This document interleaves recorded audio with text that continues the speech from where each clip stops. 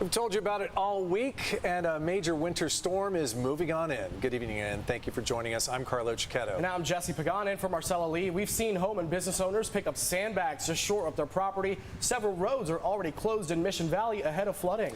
A flash flood watch is also going into effect in the next half hour. Meteorologist Sean Stiles will have a first look at the forecast in just a moment. But we begin with News 8's LaMonica Peters live in the North County where the rain has been coming down. LaMonica? Yeah, the rain started just before 4 o'clock here in Oceanside, but it's been on and off since then. It's not really raining at this moment, but that hasn't stopped the cars on the freeway from driving just as fast as they normally do, even though the roads are pretty slick after this afternoon's rain. Now, this storm is expected to last throughout tonight, tomorrow, and even on Christmas Day. So we talked to a couple of people about the rain, and they told us how they felt it might impact their plans. People that don't know how to drive in the rain, that's one of them. Had to slow down, definitely. And so how is the rain going to impact your Christmas? It'll probably be raining on Christmas. It's not going to impact because I'm cooking, I'm staying indoors. We just came from all the way out to Irvine to the Louis Vuitton store just for a purse. Wow. So we didn't care. So as you can see, some people are concerned about the wet roads and others are not concerned at all, but we are expecting some gusty winds and some flooding in certain areas. So we're reminding people to be careful as they're out on the roads tonight. I'm going to toss it over to Sean so he can tell us more about this weather system. All right, LaMonica, it looks like things have settled down a little bit up in your neck of the woods. The first wave of moisture coming through the county right now. LaMonica up in the Oceanside area, so things drying out just a little bit, not a lot, okay? But certainly good amounts of rain coming across the central part of the county and into the foothills, and waiting in the wings some heavier precipitation making its way into San Diego. Now, the heaviest rain is not expected until after midnight, and it will be coming down at least at a ½ an inch per hour from midnight till about 6 a.m. That's why the National Weather Service has gone ahead and issued a flood watch 7 p.m. till 12 noon tomorrow. And we've got this wind that's going to be kicking up tomorrow morning through tomorrow night. So some very windy conditions. The storm is already impacting central California. We've got a winter storm warning across the Sierra Nevada up into the Cascades of Washington and Oregon. We've already picked up 24 to 36 inches in the central and northern parts of the Sierra Nevada. And as far as rain coming down here in San Diego, let's put this map into motion for you. So by the time we get to Christmas afternoon, we're talking about 5+ inches in the most rain-prone areas of the mountains. Across the county, at least 1.5 inches to 2 inches in most locations. We could see widespread flooding in low-lying areas, certainly some ponding on the freeway. So be prepared, slow things down, bring lots of patience. We've still got one more day, Christmas Eve, until we get till Christmas. Thanks, Sean. Some tragic news out of Los Angeles. A 14-year-old girl killed by an officer's bullet while in the dressing room of a clothing store. It happened just before noon at a Burlington coat factory in North Hollywood. Officers responded to a report of a woman's violent assault at the store. The officers started shooting their guns at the suspect inside. We don't know why just yet, but they hit and killed him. But one of the officer's bullets went through a dressing room wall, killing the teen. Investigators don't know yet if the girl was already inside the dressing room or had gone in to hide.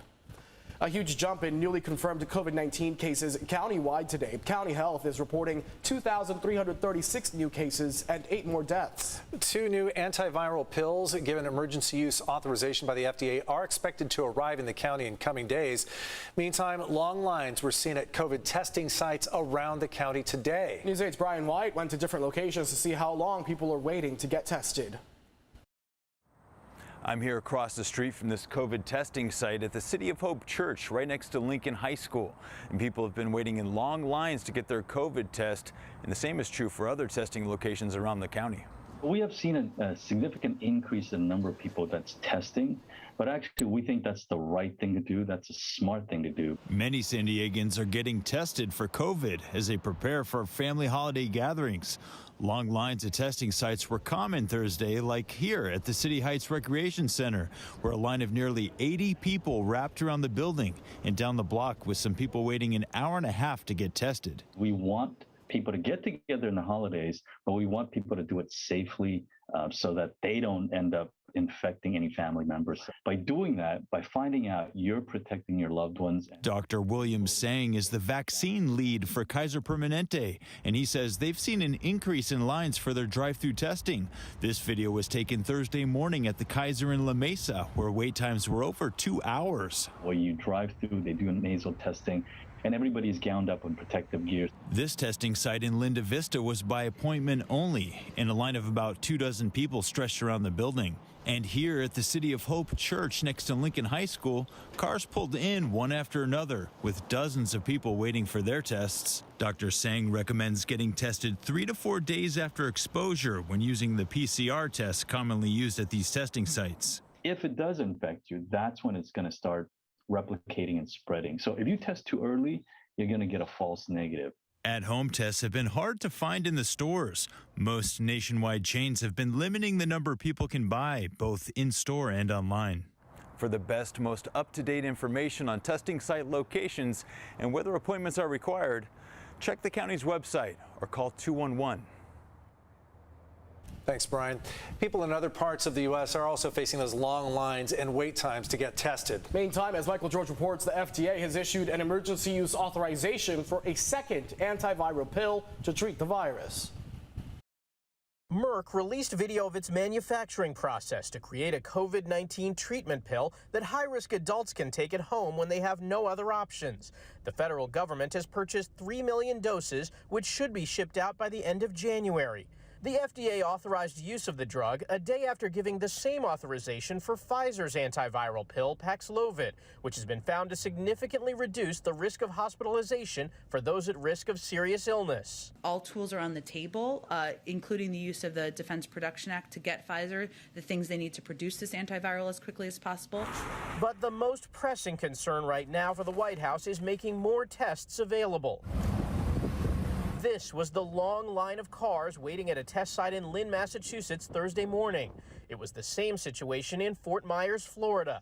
The Biden administration says it's doing all it can to improve the situation. We're not where we need to be on testing. No one is saying we are. That's why we have tried to take additional rapid steps and be as bold and ambitious as we can with the available supply that is on the market. Today, New York City announced it's scaling back New Year's Eve in Times Square, reducing the crowds from 58,000 to 15,000. And everyone will be required to show proof of vaccination and remain masked. Visitors also won't be allowed entry until 3 p.m., much later than previous years. Those who can't medically get vaccinated will be allowed to show a negative PCR test taken within 72 hours of New Year's Eve. Michael George, CBS News, New York. The trash is piling up for thousands of our public services customers, and it likely won't be picked up until after Christmas. That is according to the union representing more than 250 of the company's sanitation workers. The employees walked off the job after their contract expired November 30th. They're demanding better pay and safer work conditions. 2 surgeries since I've been here, one on my shoulder and one on my knee. I've inhaled some type of mold fungus out on the route. I had to be in the hospital for 8 days. So this job is not easy. It's not easy. Chula Vista Council member Steve Padilla released a statement saying sanitation workers are essential, and he supports their demand for change.